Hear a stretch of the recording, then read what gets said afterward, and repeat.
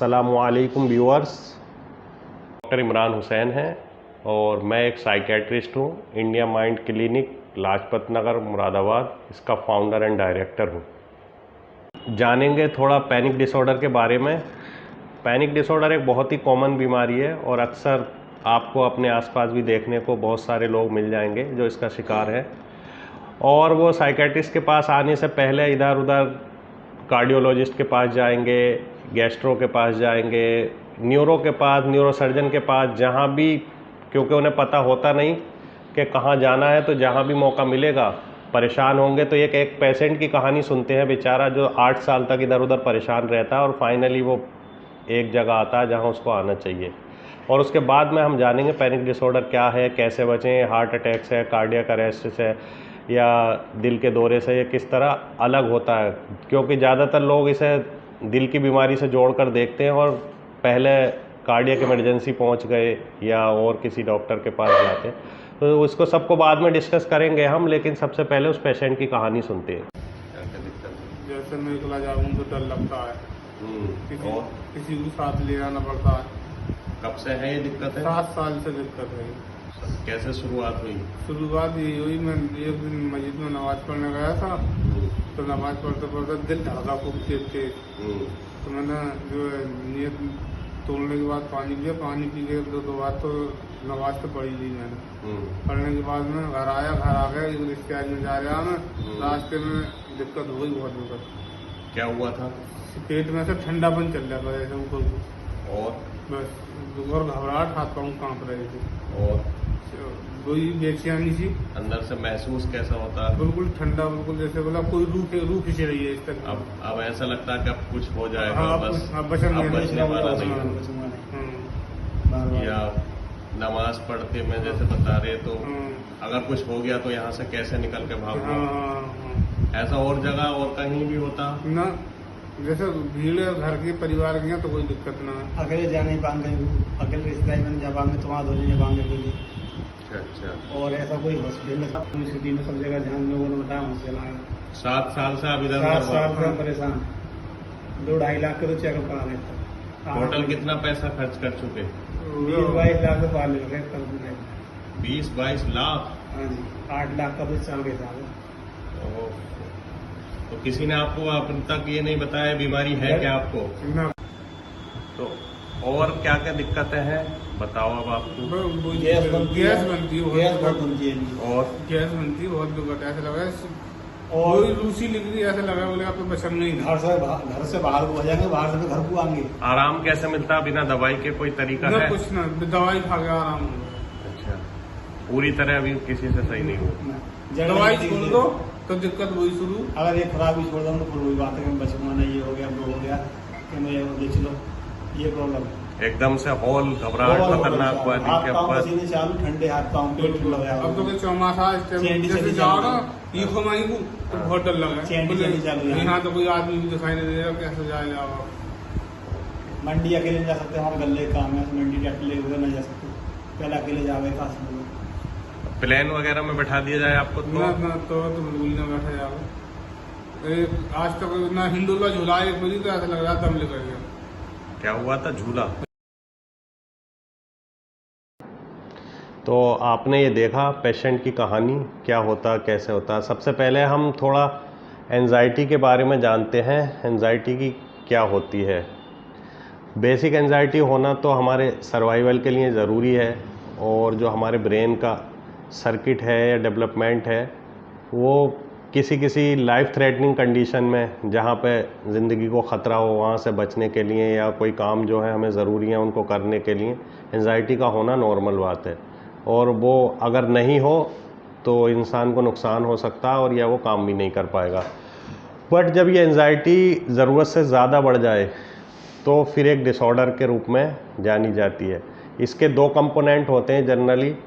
एक तो fear phobia वाला कंपोनेंट है और दूसरा वरी यानी कि चिंता, बेसिक एंजाइटी।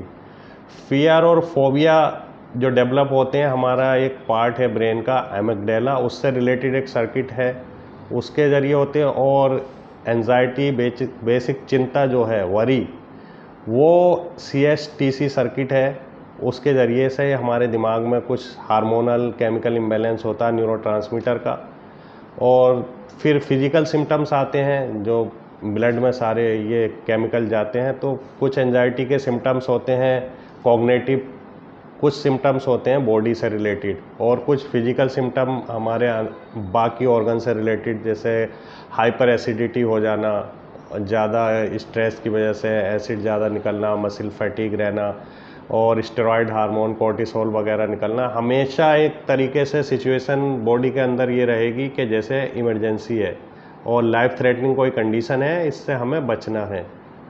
तो पेशेंट की स्टोरी देखने के बाद हम थोड़ा पैनिक के बारे में जान गए होंगे कि सिम्टम क्या क्या हो सकते हैं इसमें। अब ये सिम्टम हमने देखे थोड़ा, लेकिन अब इसकी डिटेल जानते हैं। तो खतरे की कंडीशन में थोड़ा एंजाइटी होना तो एक ये नॉर्मल बात है, और हमारे इवोल्यूशन का एक हिस्सा है, जो हमारे इवोल्यूशनरी फाइट और फ्लाइट रिएक्शन है उसका एक पार्ट है एंजाइटी होना, जो हमारे ज़िंदा रहने के लिए ज़रूरी है। मगर जब ये एंजाइटी एक हद से ज़्यादा बढ़ जाए तो फिर ये साइकेट्रिक कंडीशन बन जाती है और एंजाइटी डिसऑर्डर बन सकता है। डिसऑर्डर के जैसे कि सारे ही एंजाइटी के डिसऑर्डर हैं, उनके जो कोर सिम्टम हैं, एक तो उसमें सबसे ज़्यादा वरी एंड फियर एप्रीहेंशन। तो जो पैनिक डिसऑर्डर होता है इसमें भी सबसे ज़्यादा एंटिसिपेटरी एंजाइटी, फियर या वरी पेशेंट को होती है। इसका मतलब ये है, जनरली अगर नॉर्मल लैंग्वेज में हम समझें तो, कि अगर ऐसा हुआ तो क्या होगा। पेशेंट को हमेशा डर लगा रहता है बिना वजह, जबकि कोई लाइफ थ्रेट नहीं है, कोई थ्रेटेंड कंडीशन भी नहीं है कि ऐसा हो गया तो क्या होगा। जो सोचकर ही कंडीशन रियल में ना होते हुए भी उनको सोचता है पेशेंट, और उसके बाद ब्रेन का केमिकल स्ट्रक्चर में चेंजेस आते हैं, और खाली हुई चीज़ों को सोचने के बाद जो फियरफुल सिचुएशन है उसके अंदर डर, चिंता, घबराहट, बेचैनी, ये सारी चीज़ें होने लगती हैं। और अगर जब इनका यही रूप बहुत सीवियर लेवल पे पहुंच जाता है तो एक तरह से दौरे की सी कंडीशन होती है, जो पेशेंट अपनी लैंग्वेज में बताता है, तो उसको वो कहते हैं घबराहट का दौरा। तो जनरली जिसको वो कह रहे हैं घबराहट का दौरा, वो साइकेट्री की भाषा में एक पैनिक डिसऑर्डर ही होता है। पैनिक डिसऑर्डर के साथ एक कंडीशन और जुड़ी होती है, जनरली एगोराफोबिया। जनरली पेशेंट जिनको भी पैनिक डिसऑर्डर होता है उनको एगोराफोबिया होता ही है। सभी को नहीं होता, मगर किसी किसी को होता है। भाई, ये एगोराफोबिया क्या है कि कोई ऐसी जगह जहाँ पेशेंट को लगे अगर कुछ हुआ तो मैं भाग नहीं पाऊँगा, यहाँ से निकल नहीं पाऊँगा। तो इंटेंस फियर होता है कि किसी भी ऐसी सिचुएशन का फियर जहाँ से अगर मुझे कुछ हो जाए तो निकलना मुश्किल हो, तो उस कंडीशन को कहते हैं एगोराफोबिया। और पैनिक अटैक के साथ ये जनरली जुड़ा ही होता है। जैसा कि अभी अब आपने इस पेशेंट की स्टोरी सुनी तो इसमें देखा होगा कि पेशेंट ने कहा कि मैं अगर नमाज़ पढ़ता हूँ मस्जिद में और सबसे आगे खड़ा हो जाऊँ और पीछे लोग आ जाएं तो मेरा दिल करता है कि बस नमाज छोड़कर भागूं। क्यों? पीछे लोग खड़े हैं, और अगर मुझे कुछ हो गया तो अब मैं कैसे बाहर निकल के भागूंगा, क्या होगा, कौन मुझे बचाएगा, कौन डॉक्टर के पास लेके जाएगा। और इतना जैसे ही पेशेंट सोचता है तो एक विशियस साइकिल स्टार्ट हो जाती है। हम सोचेंगे डर लगेगा और ज़्यादा घबराएंगे, तो फिर केमिकल और ज़्यादा निकलेंगे और ज़्यादा डर लगेगा। तो इस तरीके से इसकी इंटेंसिटी बढ़ती जाती है और पेशेंट को लगेगा कि अब बचना मुश्किल है, और अब लगा शायद हार्ट अटैक ही आने वाला अगर फर्स्ट टाइम आए तो। और यही कहानी होती है कि वो सबसे पहले साइकेट्रिस्ट के पास ना जाकर कार्डियक इमरजेंसी जाते हैं, कार्डियोलॉजिस्ट के पास जाते हैं, और वहाँ पे जब सब कुछ नॉर्मल निकलता है तो फिर सोचते हैं कहीं और हमें जाना है। लेकिन पेशेंट को एगोराफोबिया और ये पैनिक अटैक किसी भी कंडीशन में आ सकते हैं। बस थीम उसके ब्रेन में यही रहती है, सोच में उसकी यही रहता है कि अगर यहाँ से निकलना पड़े और निकलना मुश्किल हो तो बस पैनिक अटैक स्टार्ट। तो ये कोई भी सिचुएशन हो सकती है। बाथरूम में नहाने के लिए जा रहे हैं, दरवाज़ा बंद किया, किसी कमरे में बैठे हैं, जब तक दरवाज़ा खुला है ठीक है, अगर बाहर से किसी ने लॉक कर दिया, कोई नॉन स्टॉप ट्रेन है, एरोप्लेन में जाना है, भीड़ में जाना है, किसी रास्ते में जाम लग रहा है ज़्यादा, उधर से जाना है, जहाँ भी उसको लगेगा कि कंडीशन मेरी पकड़ से बाहर है, कंडीशन पे मेरा कंट्रोल नहीं है, दूसरे के कंट्रोल में है, मैं कुछ नहीं कर पाऊंगा, अगर मुझे कुछ हुआ तो कौन बचाएगा, इस तरह की किसी भी सिचुएशन में जहां से भागना मुश्किल हो, जहां पे हमारा कंट्रोल नहीं है, वहां पे ही ज़्यादातर पैनिक अटैक्स आते हैं।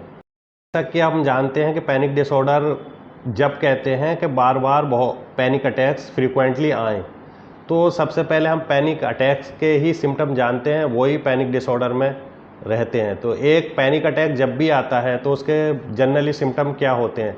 हार्ट रेट तेज़ हो जाएगा और उसके अलावा ऐसे लगेगा जैसे आप मरने वाले हैं, बचेंगे नहीं। फीलिंग ऑफ डीपर्सनलाइजेशन, डीरियलाइजेशन कि मैं अपने आप से ही अलग हूँ, रियलिटी से कांटेक्ट ख़त्म हो गया। पेशेंट क्रेज़ी बहुत ज़्यादा, हाथ कांपने लग रहे हैं, पसीना बहुत ज़्यादा आने लगा, धड़कन तेज़ हो गई, एक जगह बैठ नहीं पा रहे, अनईजीनेस, इधर उधर चलना, बेचैन रहना, और इन सारी चीज़ों की वजह से मसल फैटीग बाद में हो जाएगी। चेस्ट पेन लगेगा, कॉर्टिसोल्स निकल रहे हैं, हार्मोन्स निकल रहे हैं बहुत सारे, मस्कुलर फैटीग है उसकी वजह से दर्द होगा। तो वो पेशेंट सोचेंगे कि अगर लेफ़्ट साइड को लेके ज़्यादा कॉन्शियस रहते हैं, लेफ़्ट साइड चेस्ट में पेन है, कहीं हार्ट अटैक तो नहीं है। बट ये सारे एंग्जाइटी के सिम्टम होते हैं और स्ट्रेस रिलेटेड जो हार्मोन्स निकलते हैं उनकी वजह से भी ये सब कुछ होता है। इसके साथ साथ कुछ रेस्पिरेटरी सिम्टम होते हैं, जैसे चोकिंग सेंसेशन, पेशेंट कहते हैं कि ऐसा लगता है दम घुट रहा है, सांस नहीं आ रही, और पैरास्थीसियाज, टिंगलिंग और नमनेस सारी मसल्स में, ये भी सिम्टम्स हो सकते हैं। चिल्स या हॉट फ्लैशेस, बहुत ज़्यादा सर्दी लगना, कभी बहुत ज़्यादा गर्मी लगना, जैसे कि पहले भी बताया कि पसीना आने लगना, ये सारे सिम्टम ही पेशेंट को रहते हैं। और ये सिम्टम नहीं भी हों पेशेंट को तो एंटीसिपेटरी फियर या एंग्जाइटी जो होती है कि ना होते हुए भी, पैनिक डिसऑर्डर की खास पहचान क्या है कि उसको ये डर लगा रहेगा ये कब हो जाए, अभी नहीं है उसको कुछ भी, बट दिमाग में ही रहेगा अगर आगे होगा, पता नहीं कब होगा, फिर हो गया तो मैं क्या करूँगा। और इसी एंटीसिपेटरी एंग्जाइटी को लेते लेते कहीं सिचुएशन जरा सी भी ख़राब हुई तो फिर से प्रेसिपिटेट कर गया वो अटैक। तक आपने देखा कि जैसा हमने पहले बताया था कि सबसे ज़्यादा जो इसको लेकर डरते हैं लोग, या तो कार्डियक अरेस्ट से या फिर रेस्पिरेटरी प्रॉब्लम से, क्योंकि ये दो सिम्टम ही आपने जो सारे सिम्टम लिस्ट देखी है उसमें ये दो सिम्टम पैनिक डिसऑर्डर में मोस्ट कॉमन है। लेकिन कार्डियक अरेस्ट से आप बहुत आसानी से इसको अलग कर सकते हैं, या चेस्ट की जो प्रॉब्लम है उनसे। क्योंकि इसमें पेशेंट की एज जनरली कम होगी और उसका जो पेशेंट का वेट है वो भी इतना ज़्यादा नहीं होगा, उम्र कम है, कार्डियक और कोई प्रॉब्लम के साइन सिम्टम नहीं है उम्र की वजह से, या उसे चलने फिरने में कोई दिक्कत नहीं होती, चलने में सांस नहीं फूल रही है, एक्सर्शनल डिस्निया नहीं है, और सारी चीज़ें आराम से बिल्कुल अलग कर देती हैं कि ये हार्ट की प्रॉब्लम नहीं है। साथ साथ अगर हिस्ट्री में जाएंगे तो फैमिली कंडीशन, घर की हालात, बार बार फ्रीक्वेंट कंडीशन, पैनिक अटैक आ जाना, कहीं काम के लिए नहीं निकलना, बैठे बैठे डरते रहना, तो इन सब चीज़ों को अगर आप थोड़ा सा भी जानते हैं तो समझ जाएंगे कि दिल की या फेफड़े की और कोई प्रॉब्लम नहीं है। और एक ख़ास और इसमें कि जब भी स्ट्रेस में हम ज़्यादा रहते हैं तो हमारे स्टोक में HCl ज़्यादा बनता है, एसिडिटी की प्रॉब्लम जनरली रहना, साथ साथ कभी डायरिया, कभी कॉन्स्टिपेशन, IBS की स्टोरी भी इससे अक्सर जुड़ी रहती है। एंजाइटी वाले पेशेंट को IBS भी ज़्यादा होता है। तो इधर सब चीज़ों को अगर हम ध्यान में रखें, पेशेंट की उम्र को, उसकी फैमिली कंडीशन को, तो एक आइडिया हो जाता है कि ये कोई और बीमारी नहीं है, पैनिक डिसऑर्डर है। अगर इस तरह के सिम्टम हैं तो हमें जाना पड़ेगा साइकेट्रिस्ट के पास, ना कि कहीं और जगह जाके, जैसे उन्होंने देखा 8 साल इधर उधर परेशान रहे और नतीजा कुछ निकला नहीं। तो बाकी इसका जो इलाज है और या बाकी चीज़ें हैं हम अगले वीडियो में जानेंगे, काफ़ी बड़ा हो गया है वीडियो, तो अभी तक के लिए इतना ही। बाकी पैनिक का क्या इलाज है, कैसे करना है, कैसे बचना है, और ये सब चीज़ें अगले वीडियो में।